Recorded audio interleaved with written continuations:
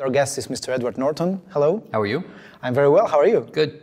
When I was watching Motherless Brooklyn, the words of American historian Timothy Snyder sprang to my mind. He said once that once America was a democracy with the elements of oligarchy, and now it's the other way around. It's the oligarchy with the elements of democracy.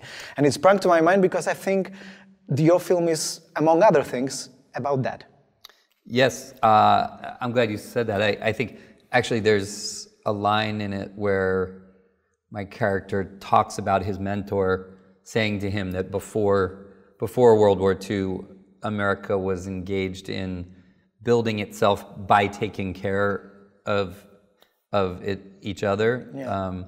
After the war, it became about power, and I think that's true. I think it's in many ways, I think when we entered into the superpower era, almost globally, there was a different kind of a value placed on power.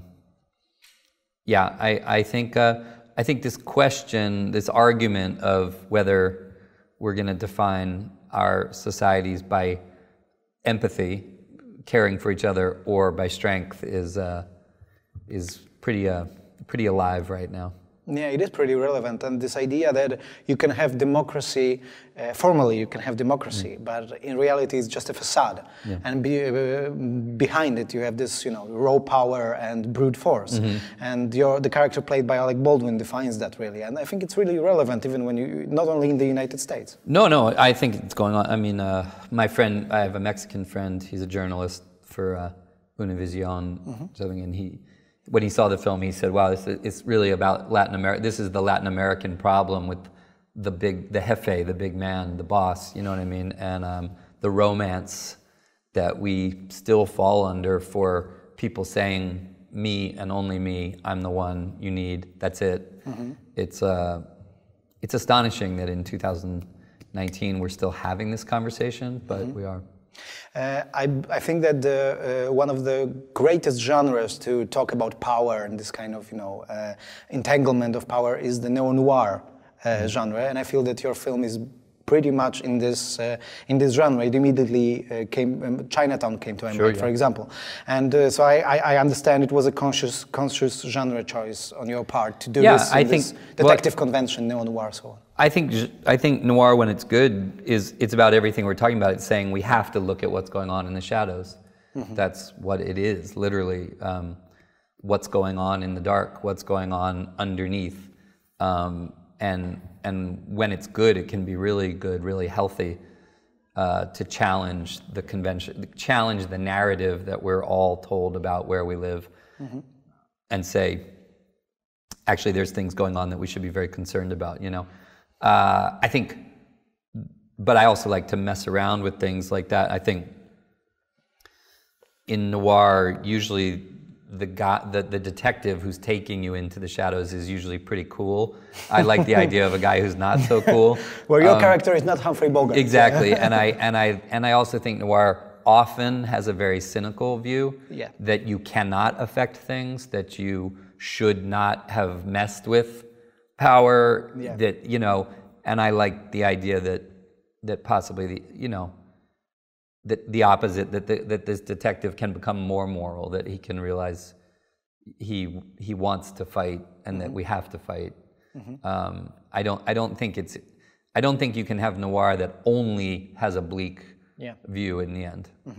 Apart from noir, of course, there is a issue of racial relations very much present in your film, and it's still, unfortunately, in the United States of America, not only there, the racism is still a systemic problem, and this is how I like that in the movie, that you don't show it as an individual acts of racism, but as a systemic problem. So I guess that was also some area of focus for you. Yeah, partly because in a funny way, the hidden history, the weird secret history of New York that a lot of people don't understand is that this great democratic city, the melting pot, it really was run by one single autocratic, non-democratic individual for nearly 40 years, and that alone is very strange.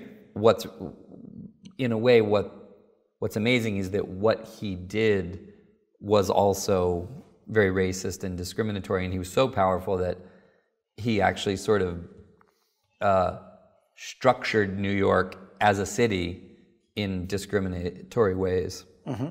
I want to talk also about your character, the main character. You just mentioned that you didn't want him to be a cool noir detective. Right. So this was, I guess, the main idea behind it. But what was your thinking about this character?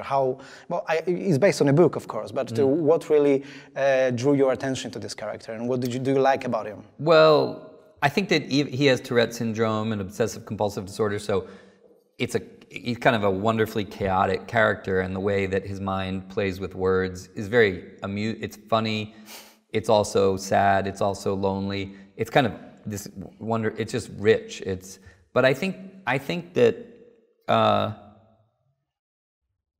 when you look at characters like Forrest Gump or Rain Man or something like that, it's like we are not like Forrest Gump. Mm-hmm.